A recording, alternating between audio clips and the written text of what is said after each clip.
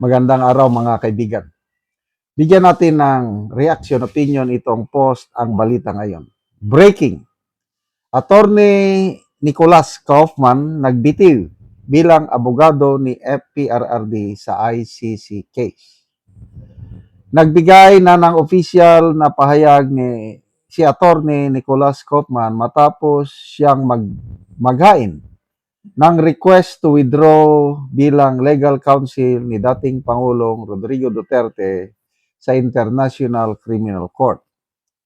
Sa panayam na ibinahagi ni Alvin and Tourism Facebook page, nagpasalamat si Kaufman kay PRRD at sa libo-libong supporters na sumuporta umano sa kanyang trabaho bilang abogado ng dating Pangulo.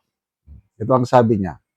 It has been a privilege for me to represent the former president. I thank both him and the many thousands of supporters who have shown their appreciation for my efforts on his behalf. Nagbigay rin siya ng mensahe na tila nagpapahiwatig na kumpiyansa sa bagong hahawak sa depensa ni PRRD.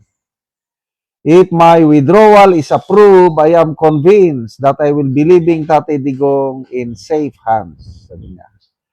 Nagtapos pa si Kaufman ng isang mensaheng may basbas para kay dating Pangulong Duterte sa pamilya nito at sa sambayan ng Pilipino. May God bless the former president, the Duterte family, and the Filipino nations.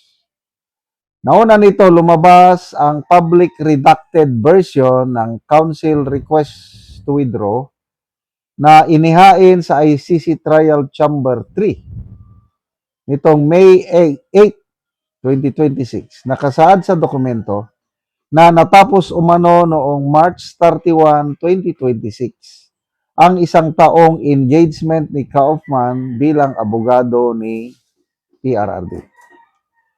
Counsel was originally engaged to represent Mr. Duterte for the period of 1 year. This engagement terminated on 31 March 2026. Ayon pa sa dokumento, personal umanong kinumpirma ni FPRRD ang pagbitiw ni Kaufman at ang kanyang kagustuhang kumuha ng bagong abogado para sa nagpapatuloy na ICC proceedings. Sabi niya, yesterday, the defense team visited Mr. Duterte and documented both Mr. Duterte's release of counsel from his representation and his desire to hire replacement counsel. Hindi naman isinapubliko sa redacted filing kung sino ang papalit kay Kaufman, ngunit sinabi rito na handa na umano ang bagong counsel na akuin agad ang depensa ni FPRRD at dumalo sa nakatakdang status conference sa May 27, 2026. So, yun na. Salamat po, Attorney Kaufman. Bilib na bilib ako sa abogadong ito. Hindi siya mayabang. Pag tinatanong siya, diretso ang sagot. To me, he speaks from his heart. And to me, ginawa niya ang lahat na makakaya niya para depensahan si Tatay Digong. Nakakalungkot dahil nandiyan pa rin si Tatay sa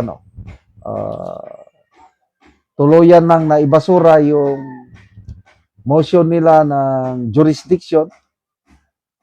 Ibig sabihin, ang ICC may hawak kay Tatay Digong, kaya tuloy-tuloy na po ang trial. Ipagdasal natin na ang bagong counsel o abogado ni Tatay Digong ay katulad din ni Attorney Kaufman. Hindi pa naipayag kung sino, but I believe, dahil abogado rin si Tatay Digong, alam niya kung ano ang kanyang ginagawa. So, the best thing na magawa natin ngayon, mga kapwa ko Dides, is to pray. for the whole Duterte family. Yun po ang aking ginagawa. Araw-araw po yan. Una, kay Tatay Digong, yung kanyang comfort. Ang hirap kaya yung ganyan. Mabigla kang, halos hindi ako makapaniwala na nangyari. Kaya lang, nandyan na tinanggap ko na. March 11, tama ba yun? 2025. Hindi ko yon makakalimutan sa buhay ko, yung ginawang group effort ng administrasyong ito. Anyway, Diyos na lang bahala. Sabi ng Diyos is, vengeance is mine. Kaya wag na tayong mag-isip kung ano-ano pa man. Tanggapin na lang. Acceptance is the key.